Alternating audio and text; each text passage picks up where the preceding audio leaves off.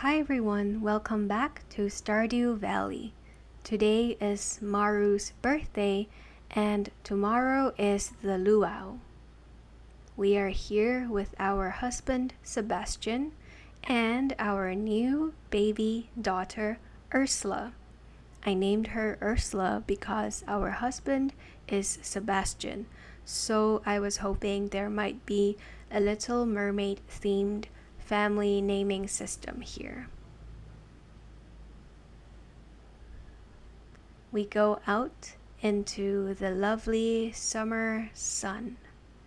It's really strange because in a game like Stardew Valley, the sun is very beautiful, very nourishing, but if you actually go out in summer in a hot country or a hot climate and you stand under the sun, it's quite unpleasant because sometimes the heat from the sun as well as the humidity really gets to you and you feel all sweaty, sticky, and all around unpleasant.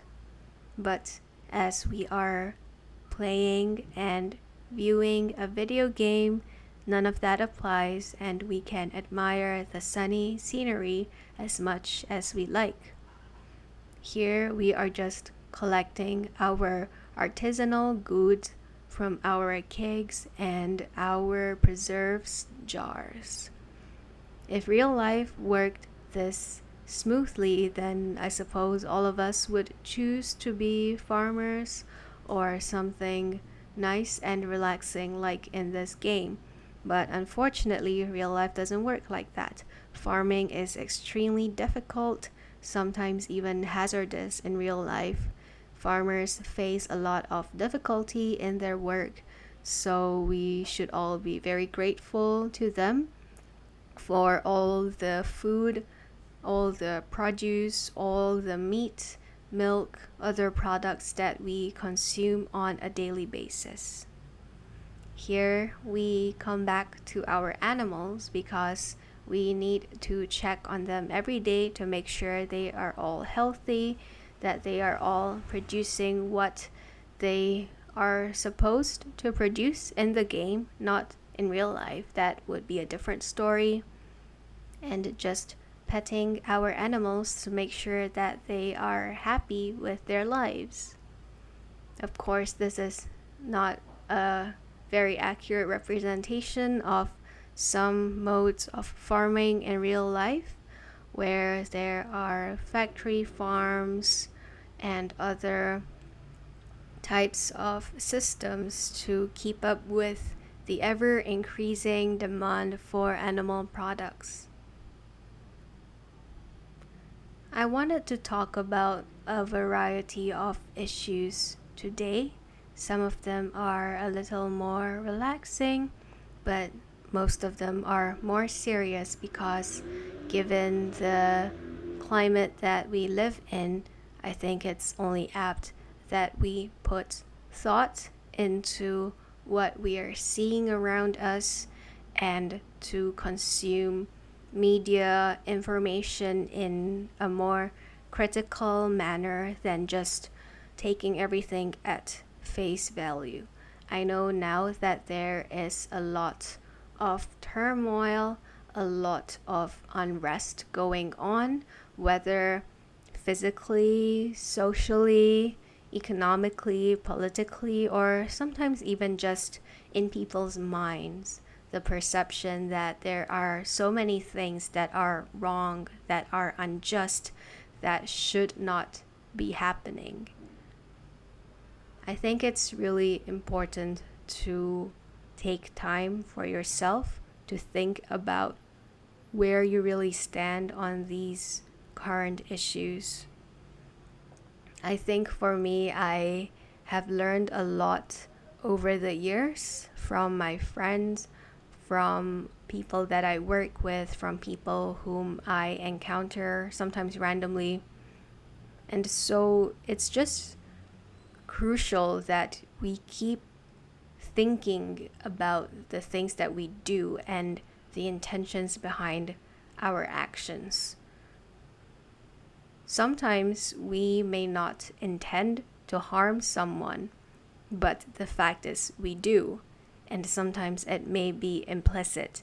Our biases, our prejudice, our thoughts, they may not be spoken, but we can still think a lot of things, and not all of them are positive or fair or just. There's really no way to tell unless we keep up with what's going on and we constantly question ourselves and our beliefs. Is this the right thing to do? Is this something that I'm happy with? Is my decision something that I can live with? Of course, there are a lot of things that are difficult and a lot of compromises have to be made, and not all of us are going to be willing to make those compromises.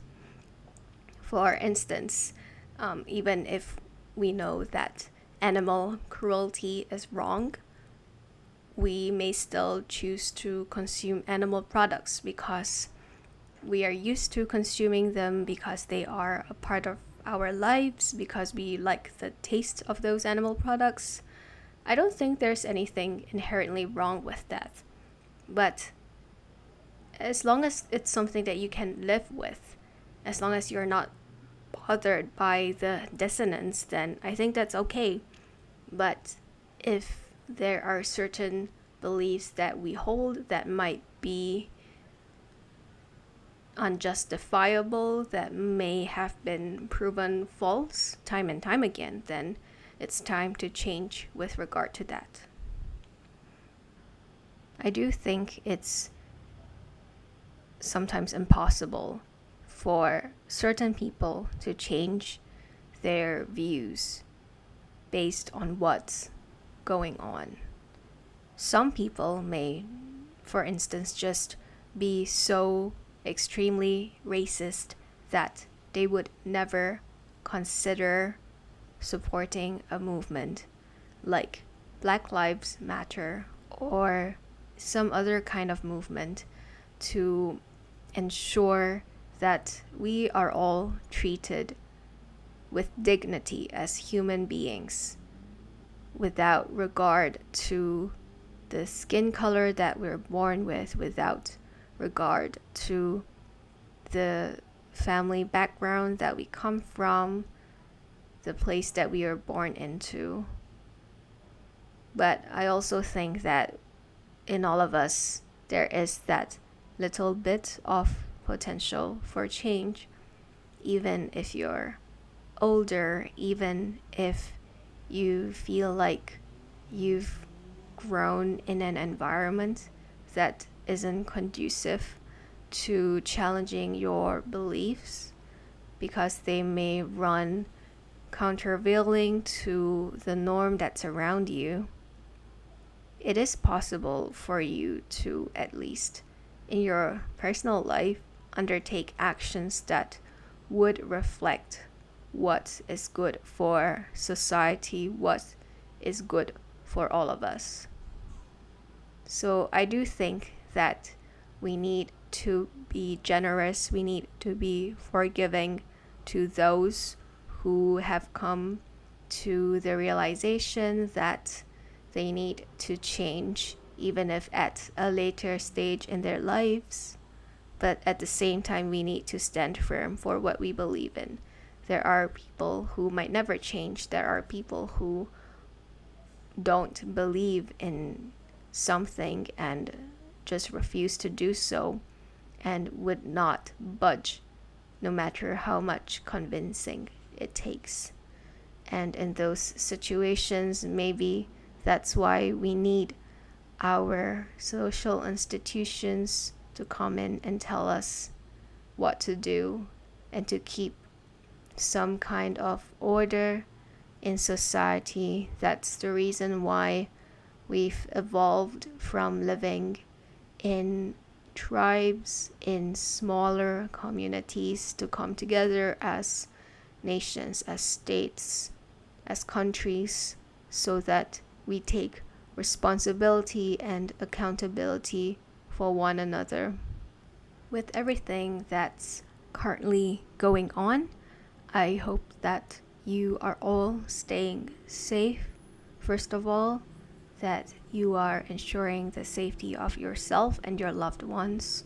It's easier said than done sometimes, especially if you live in a place where there is a lot of implicit bias and inherent violence against those of your ethnicity, racial group, or skin color. But please hang in there, and hopefully there might be a light amidst the darkness that is currently surrounding us.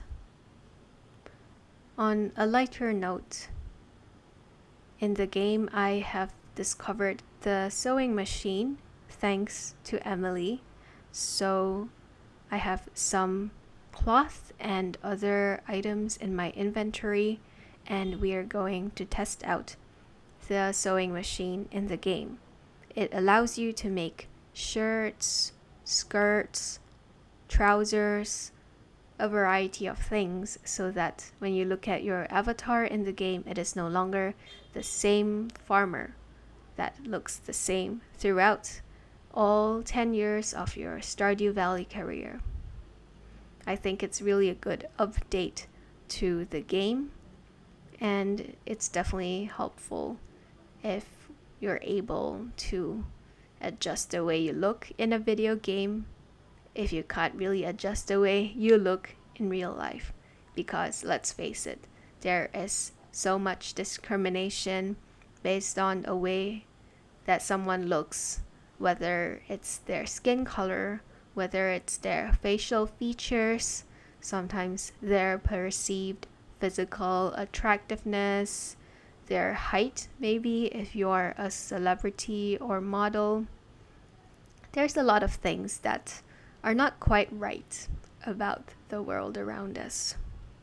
But fortunately, we have video games, and sometimes that takes us away from the stress of daily life. Not saying that we should always look to escapism to avoid what's happening, but sometimes we do need a little bit of distraction to help us cope with what's going on. A bit of distraction may be able to help in certain instances, though it is of course not a good solution that addresses the root of our problems. I've decided to use an artichoke to dye that piece of cloth just now. So we have some items of clothing over here, some shorts, skirts, button-down shirt. That's quite a good variety for now. That's probably more variety than I may have in my own closet. Honestly, clothing is a bother sometimes. I do enjoy fashion, but it's really a bother because you have to pick between all your different items of clothing. You have to make sure it matches the weather, the occasion, your body type, other things like that you always have to think about. Of course, you could always choose to just wear whatever feels comfortable, but sometimes it's not necessarily the best solution, especially if you're going to a more formal environment or a place that requires a certain type of dress. Then that's a different story altogether. Maybe this is just a long way to say that we put a lot of emphasis on someone's physical appearance. It's probably an evolutionary thing for us because I'm guessing in the past there were a lot of dangers around us, so we had to use our sensory input to figure out who might be our friend and who might be someone from a warring tribe out to kill us. But maybe in our society right now, it's time to move beyond that and elevate our species to something not as superficial. Although that being said, the reality, unfortunate as it is that so many opportunities and interactions are based on physical appearance. So we do have to put some effort into them. Here we have the two children in Stardew Valley and Miss Penny, their teacher. It's a little strange that a lot of the characters in Stardew Valley look the same throughout the entire game, even if you play it for 10-20 years. But then again, it's not really, I think, fun or practical to input some kind of aging mechanism into the game. That's really quite unfortunate and maybe a sad reality that we would rather not face when we are playing a lighthearted farming RPG type video game.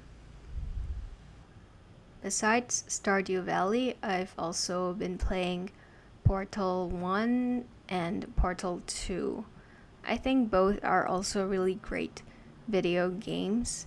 Definitely helped me to refresh my memory of physics and momentum, forces, things like that you learn in science class, but may have forgotten most of it once you have graduated or are done with those classes.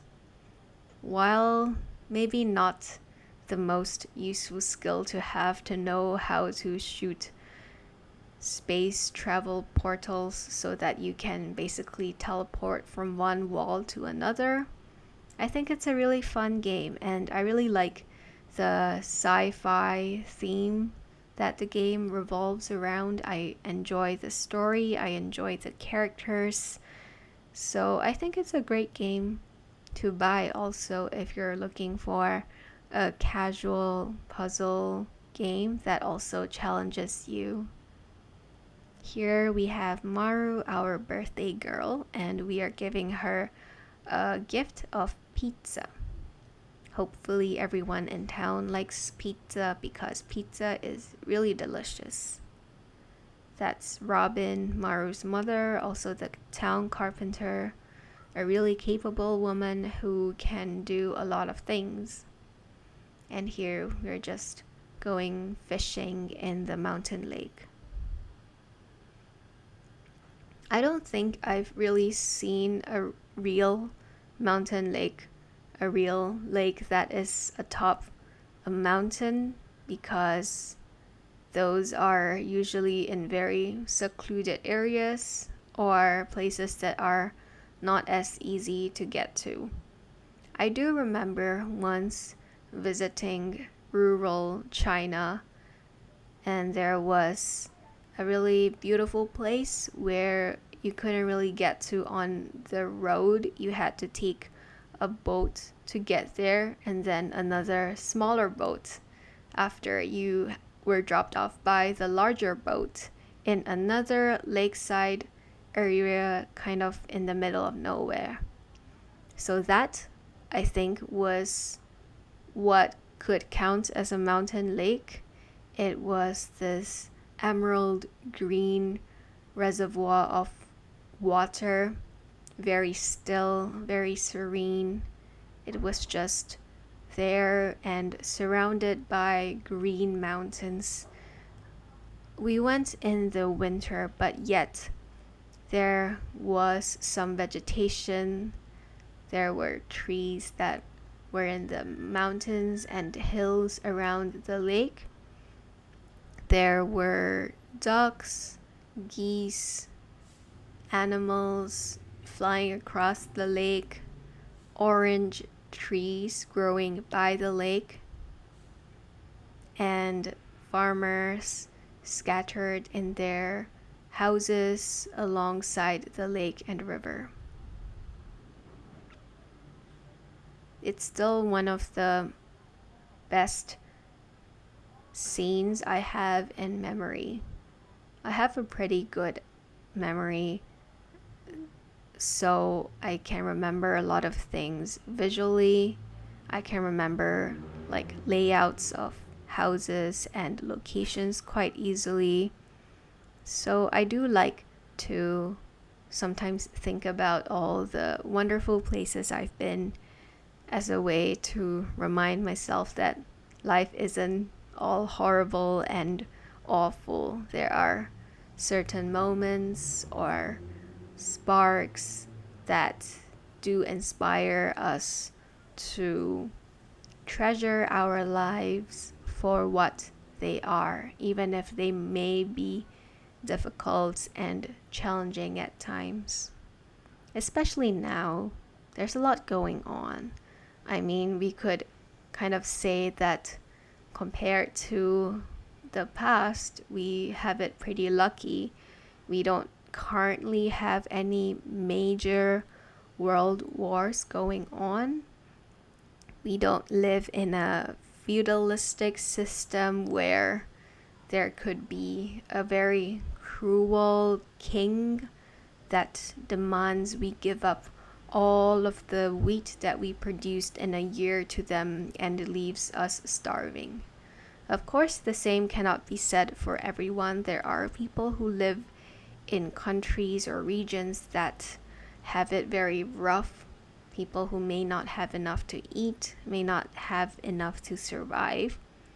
But speaking as someone who has the privilege of living in a developed country with electricity, running water, most of modern life's luxuries, I would say I consider myself to be quite lucky, especially because I live in a place where people of my skin color don't really face any explicit racism or institutional barriers to their success. The same cannot be said for everyone, of course, and that's why we are fighting hard to try to make a change in the system. That's why we can also support others who may be fighting even more to make a change in what they can see, what they can feel, not just a change in paper, but a change in real life, a change in the way we live, the things we face on a daily basis. The message tells us that one of our cows gave birth to a baby cow in the night, which is very, very endearing, but also begs the question. In Stardew Valley, all of the cows that you have are biologically female. So how did one of them give birth to a baby cow if all your cows are female and you fenced up your property? It's quite mysterious. Maybe it's the witch's work again. But anyway, we have a new baby cow. You couldn't see it in the transition because I cut it out in editing, but I named the baby cow Naruto. Yes, I may be a weeb. No, I'm not obsessed with Japanese culture and Japan. Yes, I'm using the term weeb probably incorrectly because I do know anime references and certain anime characters. Anyway, moving on. Today is the day of the luau, where the governor of the region where Stardew Valley is located come into the valley and try our soup potluck. I think it's totally a farce. What kind of governor only goes to this rural town once a year when there's food? I think it's totally opportunistic and it's probably just a politician posing as someone who really cares about his constituents. But anyway, let's not get super political in a game like this. Not that it's not political, but anyway. We're just taking care of our animals, collecting our mayonnaise, trying to think of what we could put into the soup that might make the governor enjoy it and give our nice little valley a good name again. I do wonder how it would be like if you could put inedible objects like rocks into the soup, but the game developers are smart enough to not allow you to do that. But I guess you could still put unpleasant foods, or unpleasant by human standards, like void mayonnaise and strange bun into the soup. And then the governor is probably going to hate it. But I don't risk it. I have too much at stake in this particular save file to do that. Maybe one day I'll make a new save file. I would make my character absolutely hateful to all the villagers. I would give them only clay and rocks and things that they find detestable. I would put disgusting items into the luau potluck soup every year and make myself a total nuisance. I think that could be an interesting game to play, although I doubt anyone would want to do that in real life. That seems like too much effort to get people to be annoyed at you. If we all could have a favorite food, I wonder what it would be. It's probably impossible to decide on something that could be a universal favorite. But there are certain options that people tend to enjoy, or you could assume most people enjoy unless otherwise stated. Like, as we've talked about, there's pizza, there could be, pasta, depending on how you make the pasta. Maybe other things like, I'm not sure, maybe like bread. I guess people like bread, unless you're kind of going on a very strict diet where you can't eat bread, which I think is quite sad, but some people choose to do that for health reasons, and we should respect that decision. Or you can make bread from grains like maybe quinoa, brown rice, and just types of bread that are a little more healthy and suited for your palate. We are going back into our greenhouse. It would be really nice to have a greenhouse like this in real life. Also to have a large garden where you could grow all kinds of plants and marvel at your very own efforts in helping these plants to grow and thrive.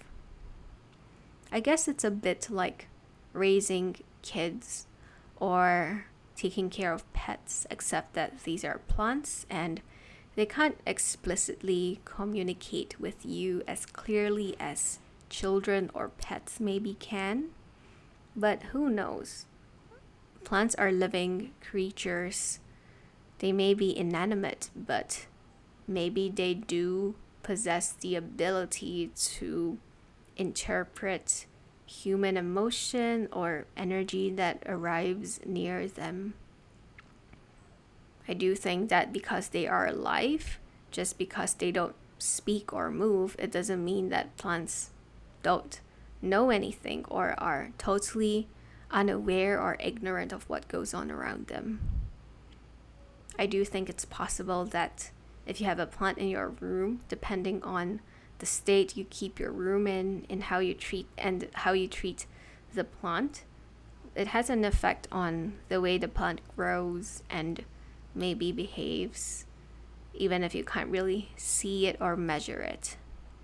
There's a pseudo-scientific experiment that I heard about where a scientist measured like electromagnetic waves or something emitted by a plant when you say something nice to the plant and when you say something mean to the plant, when you maybe make a small gash in the plant so that it damages the plant's tissues. So apparently this person found that there are differences in the electromagnetic waves given out by the plants depending on how you speak to it or interact with it, whether you damage the plant or not. So maybe that theory isn't totally unfounded, but I did say that it's pseudo-scientific evidence, so who knows? It must be nice to have a lovely beach like this in town and the mountains behind you. You basically get the best of both worlds. I really do admire cities that have both beaches and mountains. You just have so much nature, so much beautiful scenery to take in.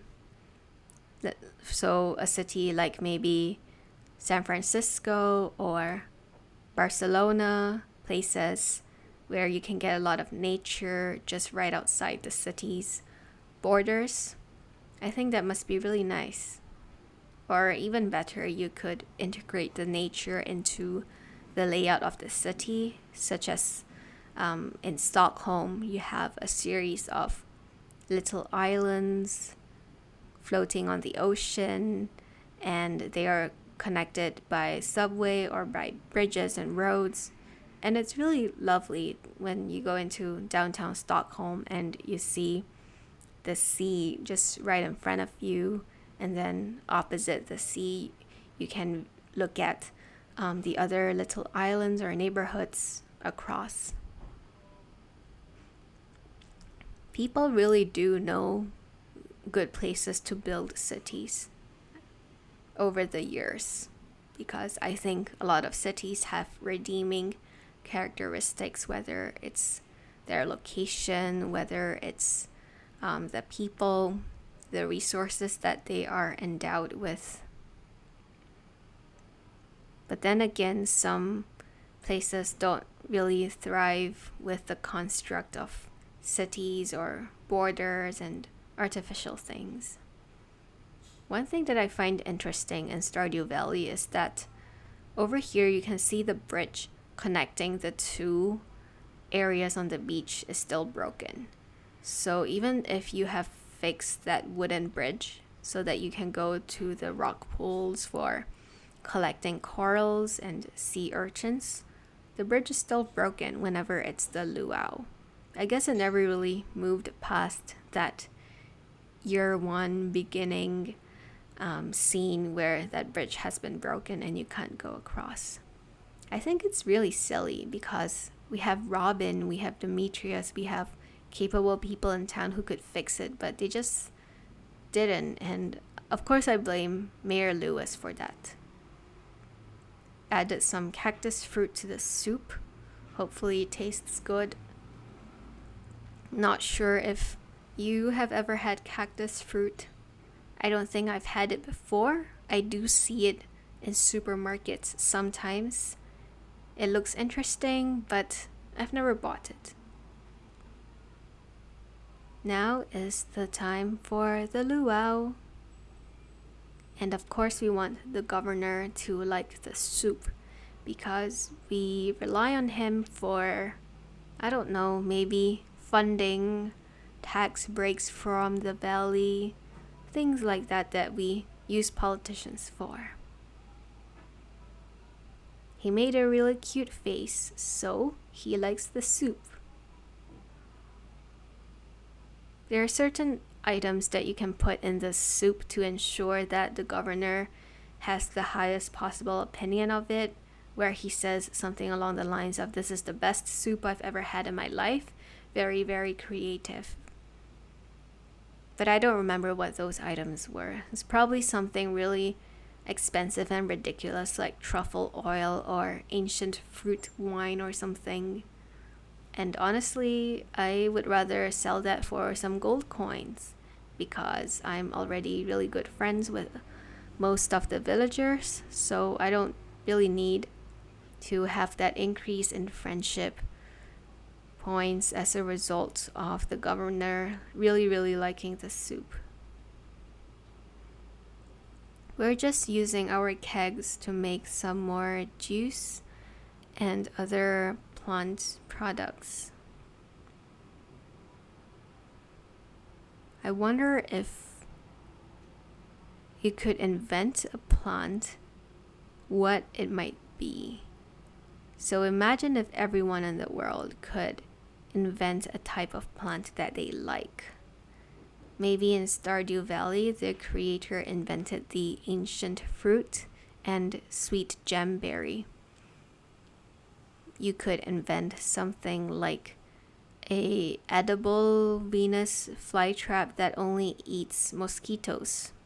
So you could eat the Venus flytrap that only eats mosquitoes, and the Venus flytrap in turn eats mosquitoes. So that's kind of, I guess, a win-win situation because you can eat the plant and the plant helps you to get rid of mosquitoes.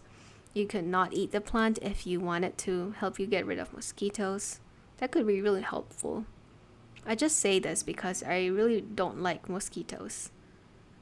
I mean, I get some of them are useful to the ecosystem and all. They help to pollinate flowers and other things, but mosquitoes are really a nuisance. They spread diseases, especially in the tropics, in lower income countries. They leave horrible, itchy marks on your skin. I have very sensitive skin, so if I get bitten by a mosquito, it just becomes a huge mess. So I really hate mosquitoes. But who knows, maybe those little pests are not pests after all. Maybe they're helpful in some way, even if they do give us a lot of disease and unnecessary suffering. Hopefully we find some kind of cure or remedy for common mosquito-borne illnesses like malaria, dengue, and other such conditions in our lives. Thank you for joining me in Stardew Valley this time round, and I hope you get some good rest, just like I do in the game. Hope to see you very soon.